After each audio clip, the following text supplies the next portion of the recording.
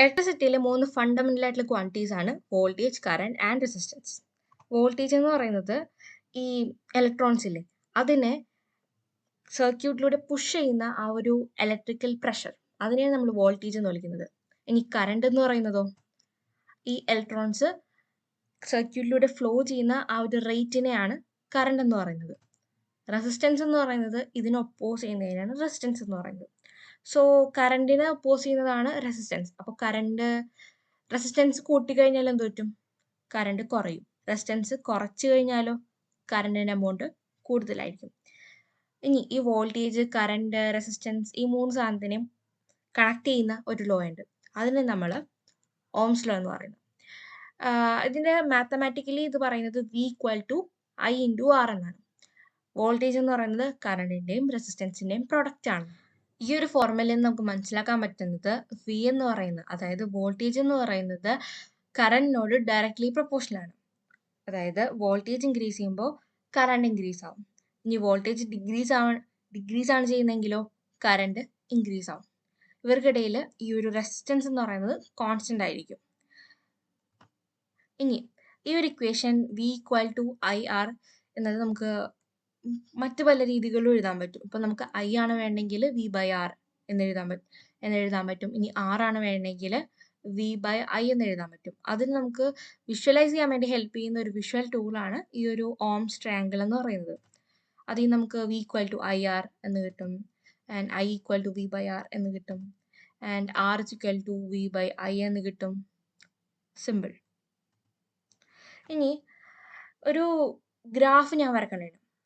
അതായത് voltage X ആക്സിസിലും current Y ആക്സിസിലും എടുത്തിട്ട് plot ചെയ്യണമെങ്കിൽ നമുക്ക് കിട്ടുന്നത് 6 കോൺസ്റ്റന്റ് ആയിട്ട് വെച്ചേക്കണം. അങ്ങനെയെങ്കിൽ നമുക്ക് കിട്ടുന്നത് ഒരു സ്ട്രെയിറ്റ് ലൈൻ ആയിട്ടുള്ള ഗ്രാഫ് ആയിരിക്കും. കാരണം ഓംസ് ലോയിൽ പറയുന്നുണ്ട് വോൾട്ടേജും കറണ്ടും ഡയറക്ട്ലി പ്രൊപ്പോർഷണൽ ആണ്.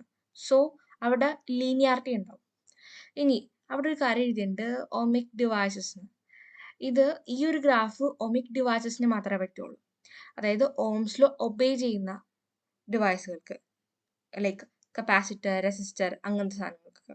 പക്ഷേ എല്ലാ ഇലക്ട്രോണിക് ഡിവൈസുകളും ഓംസ് ലോ ഫോളോ ചെയ്യണമെന്നില്ല. അത് ഫോളോ ചെയ്യാത്തവരെയാണ് നോൺ ഒമിക് ഡിവൈസസ് എന്ന് പറയുന്നത്.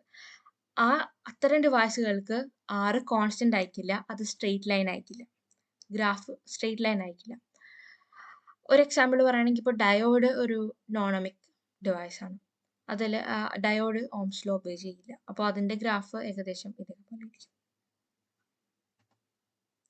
ഇനി സം ഹിസ്റ്ററി. ഇതാണ് ജോർജ് സൈമണോവ്. ഇദ്ദേഹമാണ് ഈ ഒരു ഗ്രൗണ്ട് ബ്രേക്കിംഗ് ആയിട്ടുള്ള ഡിസ്കവറി നടത്തിയത്. ഇദ്ദേഹത്തിന്റെ അച്ഛന് ഫോർമൽ ആയിട്ടുള്ള എഡ്യൂക്കേഷൻ ഒന്നും കിട്ടിയിരുന്നില്ല. പക്ഷേ മാത്സ്, ഫിസിക്സ് ഇതൊക്കെ അദ്ദേഹത്തിന് ഭയങ്കര ഇഷ്ടമായിരുന്നു. സോ അദ്ദേഹം തന്നെ 2 മക്കളെയും ഇത്തരം കാര്യങ്ങളൊക്കെ പഠിപ്പിച്ചു. ഇവര് വലിയ സയന്റിസ്റ്റുമാരായി. ഈ ജോർജ് അല്ല കേട്ടോ, ജിയോർഗ് എന്നാണ്. അതായത് ചില സ്ഥലങ്ങളിൽ ഇതിനെ ജിയോർഗ് എന്നും ചില ആളുകൾ ഇതിനെ ഗെയോർഗ് എന്ന് പറഞ്ഞ് പ്രൊണൗൺസ് ചെയ്ത് ഞാൻ കേട്ടു. ജോർജ് അല്ല, ഇത് ഗിയോർഗ് അല്ലെങ്കിൽ ഗെയോർഗ് എന്നാണ്. ജർമ്മൻ സയന്റിസ്റ്റ് ആണ് ഇദ്ദേഹം. സോ ഇദ്ദേഹത്തിന്റെ ഈ ഒരു ഈ ഒരു ഫൈൻഡിങ്സ് ഇദ്ദേഹം തന്റെ ബുക്കിലായിരുന്നു പ്രസിദ്ധീകരിച്ചത്. പക്ഷെ ആ ഒരു ടൈമിൽ ഇതിന് വലിയൊരു സപ്പോർട്ട് കിട്ടിയിരുന്നില്ല. അതുമാത്രമല്ല, it was criticised, it was rejected. പിന്നെ വർഷങ്ങൾക്ക് ശേഷം ഇത് ജർമ്മനിക്ക് പുറത്തേക്ക് ഈ ഒരു തിയറീനെ കുറിച്ച് ആളുകൾ അറിയാൻ തുടങ്ങി. അപ്പോഴാണ് ഇദ്ദേഹം ഡിസേർവ് ചെയ്ത ആ ഒരു റെക്കഗ്നേഷനും കാര്യങ്ങളും കിട്ടി തുടങ്ങിയത്. അതുമാത്രമല്ല, ഇദ്ദേഹത്തിന്റെ ഈ ഒരു തിയറി ടെക്സ്റ്റ് ബുക്സിലെല്ലാം അക്കാഡമിക്കലി യൂസ് ചെയ്യാൻ തുടങ്ങി.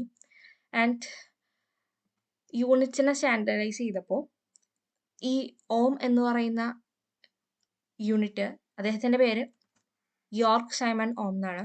ഇദ്ദേഹത്തിന്റെ ഒരു ഹോണറി ആയിട്ട് റെസിസ്റ്റൻസിന്റെ യൂണിറ്റ് ഓം എന്നാക്കി. അതിന് ഒമേഗ എന്ന് പറഞ്ഞ സിമ്പലും അസൈൻ ചെയ്തു. Thank you.